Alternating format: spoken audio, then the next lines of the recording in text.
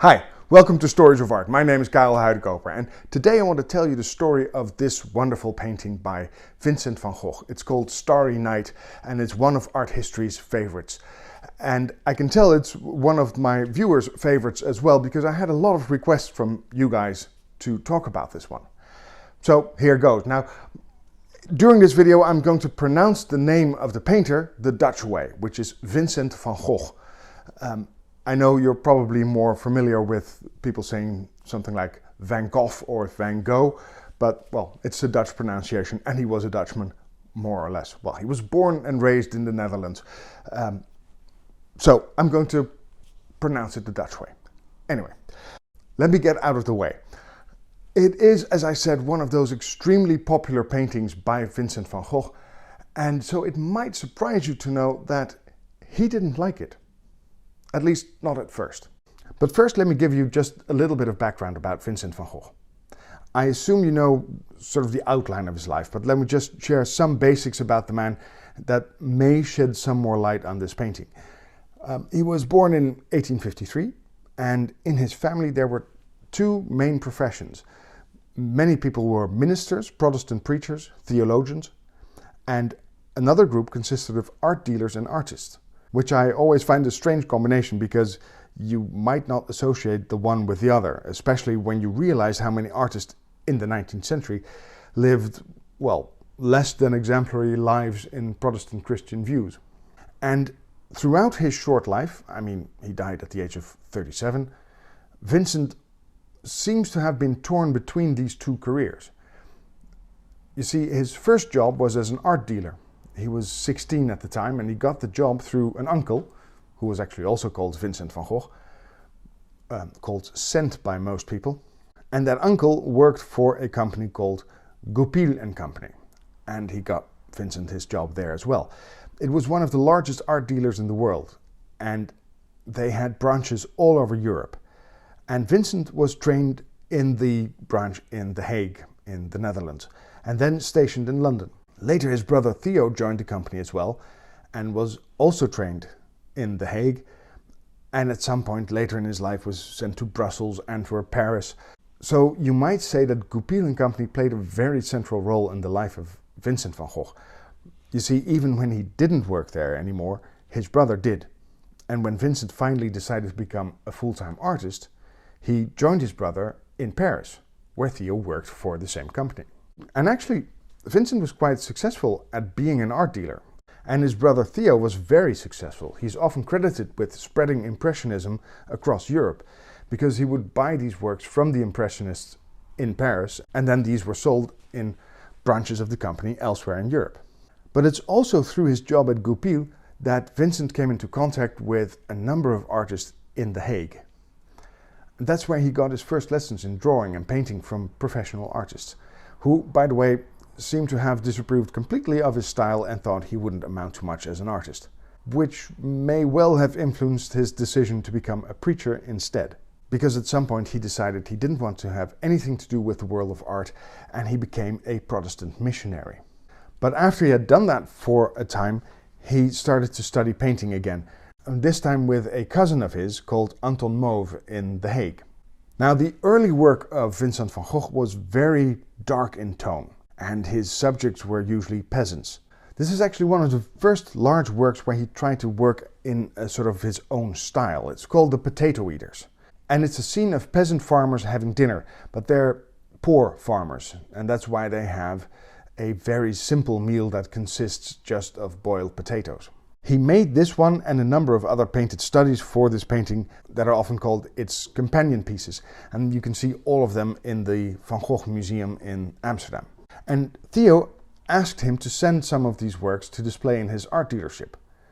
But the main problem with them was that they were too dark, and they really couldn't compete for attention of viewers with the more colorful and brighter, well, Impressionists and others. Later Vincent moved to Paris to actually live with Theo, and there he started to develop his brighter colors. It was also in Paris that Vincent found a group of artists that would be very influential for him. People like Paul Cézanne and Paul Gaugin and Henri de Toulouse-Lautrec. They became his regular drinking buddies, and they would spend their evenings in bars and brothels getting drunk, and discuss art.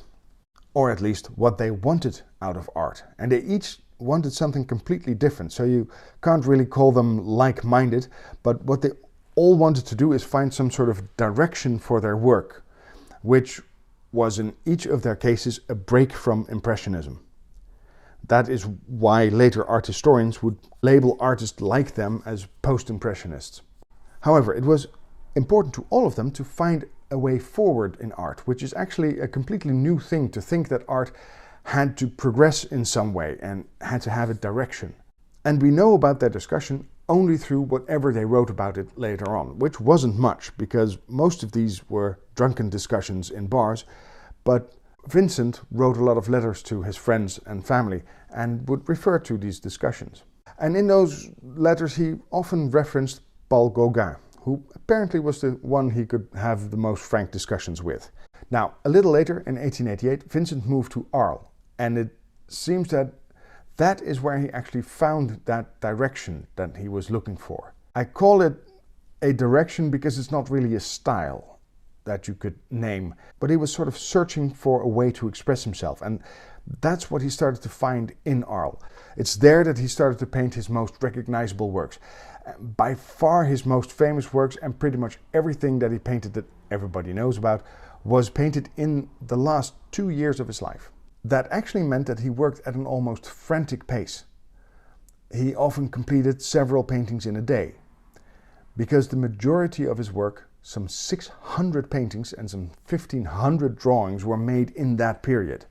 And that's pretty astounding, especially when you realize that for some time during those years he was actually locked up in a mental institution, or he was undergoing treatment for his mental problems.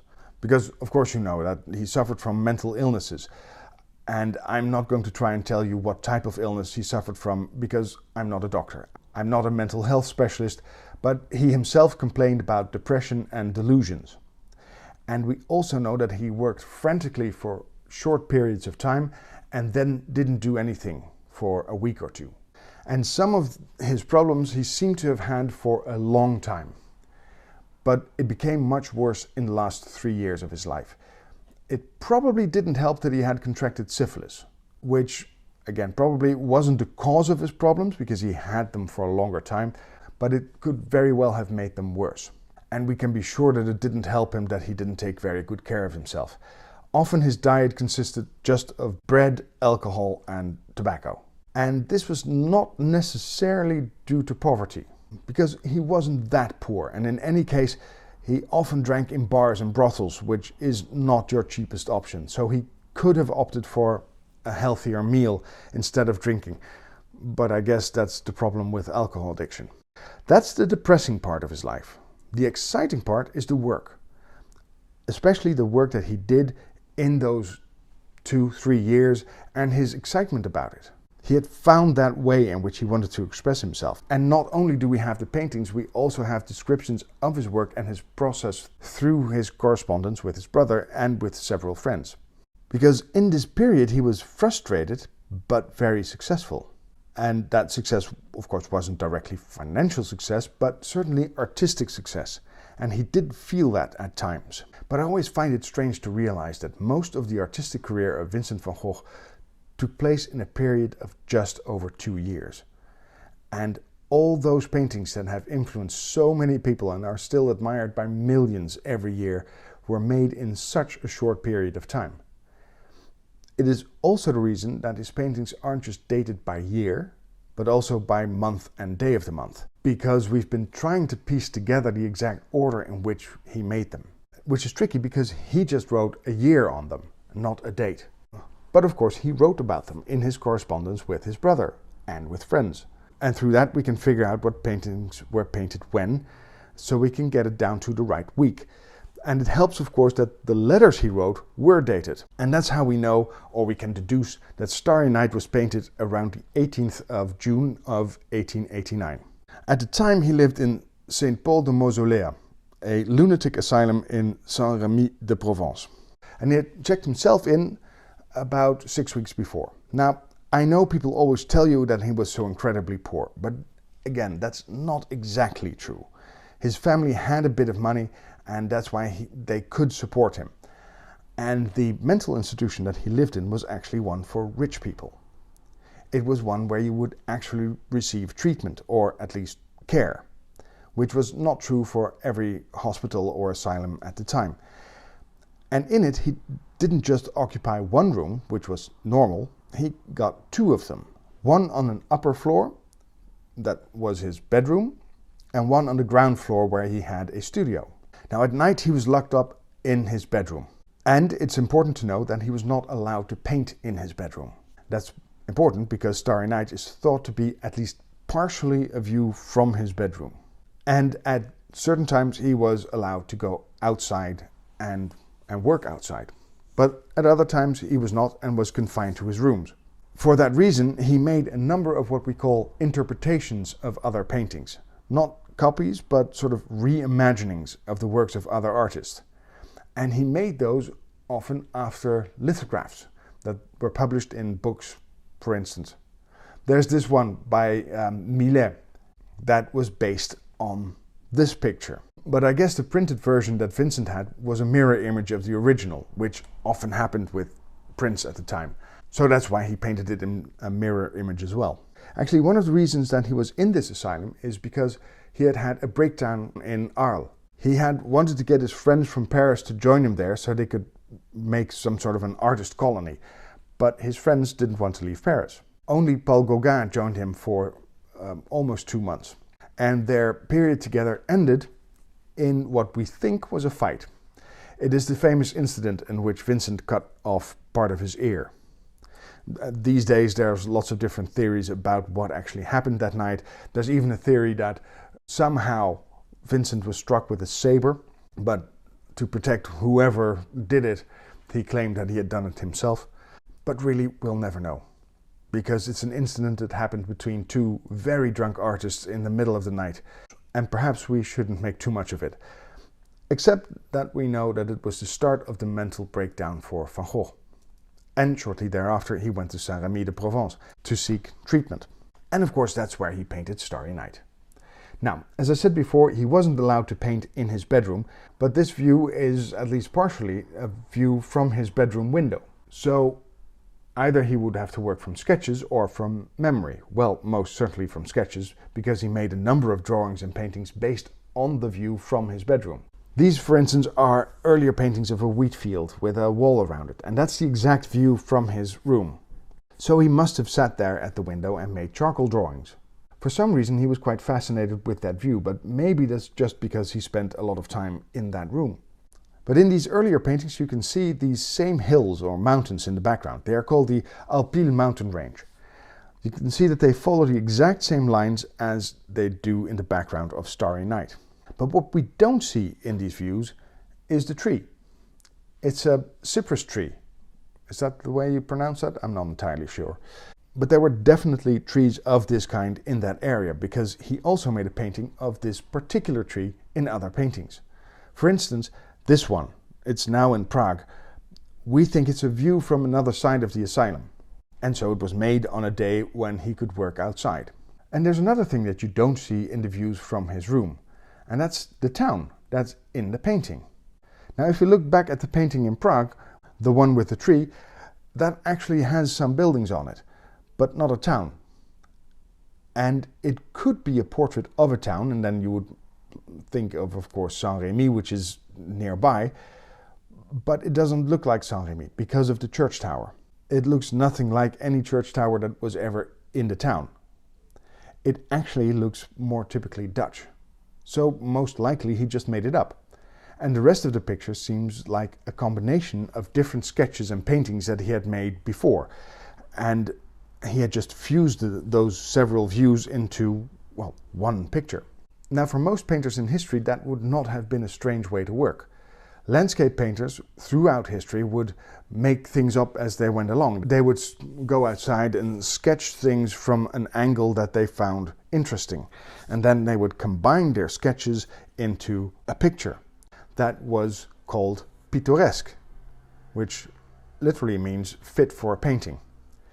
But Vincent van Gogh didn't like that idea at all. It is one of the topics of the discussions he had with Paul Gaugin. At least it's one that we know of.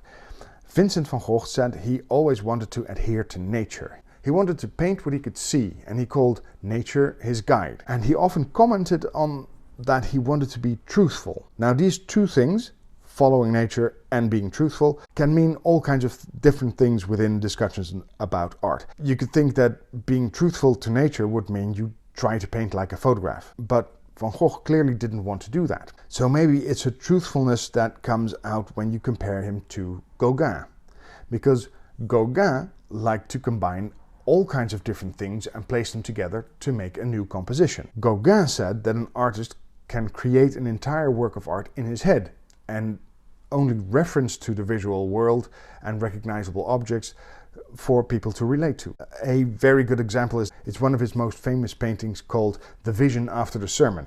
He made it the year before, in 1888. And it's clearly not true to nature. There's a field in the background that is red instead of green.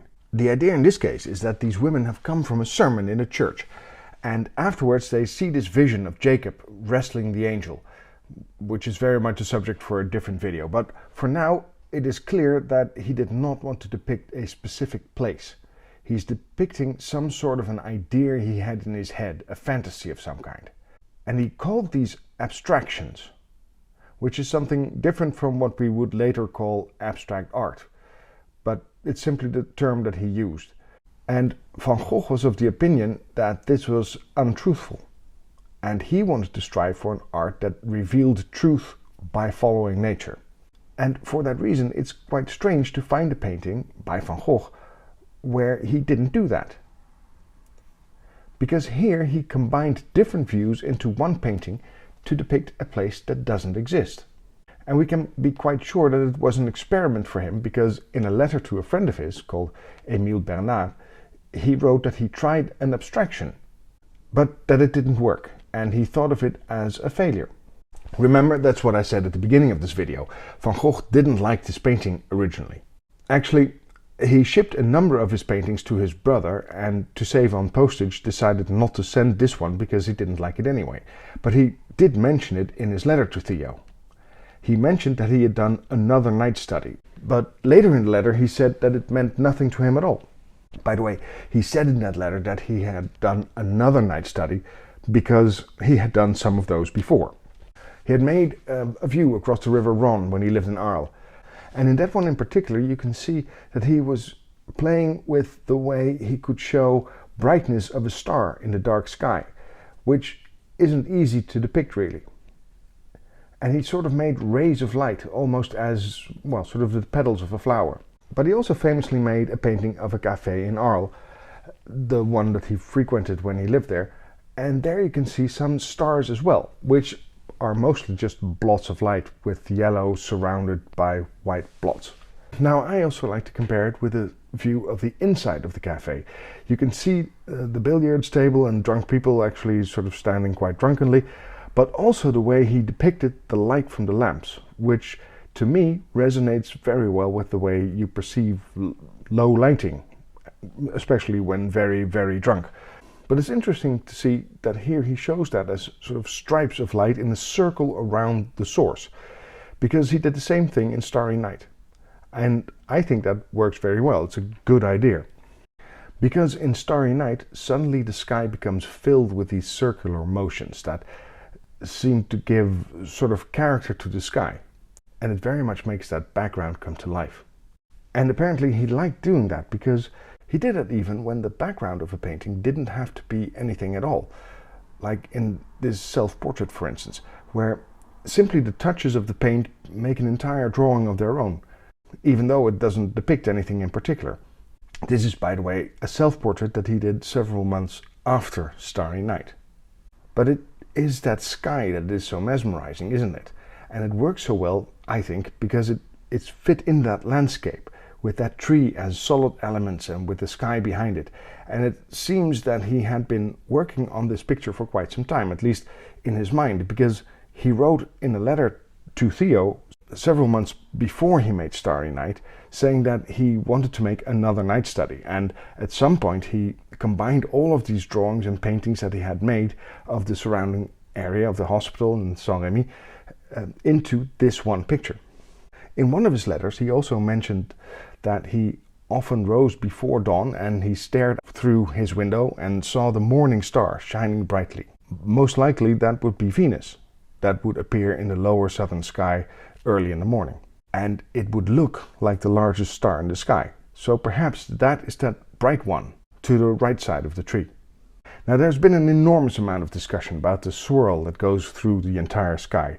People have interpreted it in many different ways. Some say that it's a veil of clouds, but that would be a bit strange because you can see so many stars and you wouldn't see those if there were clouds.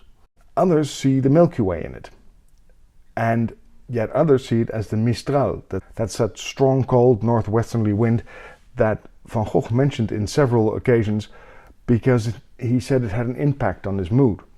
And it could of course be any of those, but there's a more daring theory that says he may have been influenced by drawings of galaxies that at the time were known as spiral nebula. These galaxies had been observed through telescopes and sketches had been made and published in all kinds of popular scientific publications. And if you look at one of those pictures, it's easy to imagine that it had some sort of influence on him. But even then, he could have used these swirly aspects of it to depict something else, like the Mistral or the Milky Way or a veil of clouds.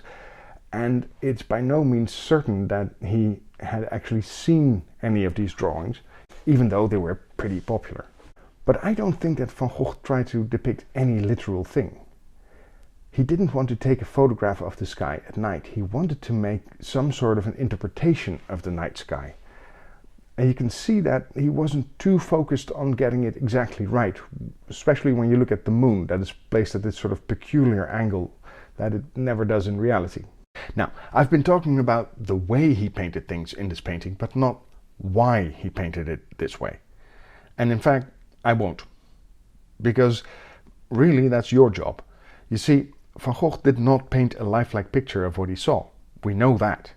He painted a picture and he added something to it, and that something I think most of us would call emotion. It is a personal interpretation. And as I said before, it's an abstraction, an image from his mind. And the great thing about it is that it still conveys an emotion to us, to people watching it a century and a half later. And I think it would be a mistake for me to try and explain what I think he felt or what I feel when I see the painting, because really you should do that for yourself. It's not up to me to tell you what to feel or even what Van Gogh intended, because at some level that really doesn't matter. When you stand in front of it, it makes you contemplate feelings. And that's the point of the painting. That is what makes this such a great work of art instead of a clumsily painted night sky. So much more than just trying to figure out where every little bit of the painting came from, you just have to stand in front of it and look at it for a while. Now, I've told you before that Van Gogh originally didn't like this painting, but I think he changed his mind, and the simple reason for that is that we still have it. You see, he had limited access to canvases. He didn't have that many of them. So whenever he thought of a painting as a failure, he would simply try again. He painted over it, and he didn't. In fact, he started to use parts of the things that he had tried here in other paintings. For instance, that self-portrait that I showed you. And even though his experiments took him in all kinds of different directions in the months after this painting, I think it had a big influence on his path. But as I said, the only way to really experience it is to look at it, because that's the only way to see how it speaks to you. And the best way to do that is to see it for yourself, live, so to speak. Now, I know, I always tell you that at the end of my videos, you have to see an artwork for yourself because it's simply different to see it live. It's a different experience than just to look at a picture.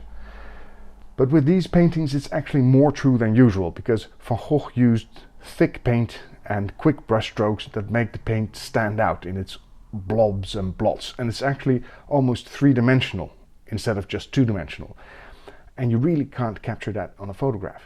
So I'm afraid you have to go and look at the real thing, which is in the Museum of Modern Art in New York. But before you go there, this would be an excellent moment to click on that like button, if you enjoyed this video, that is.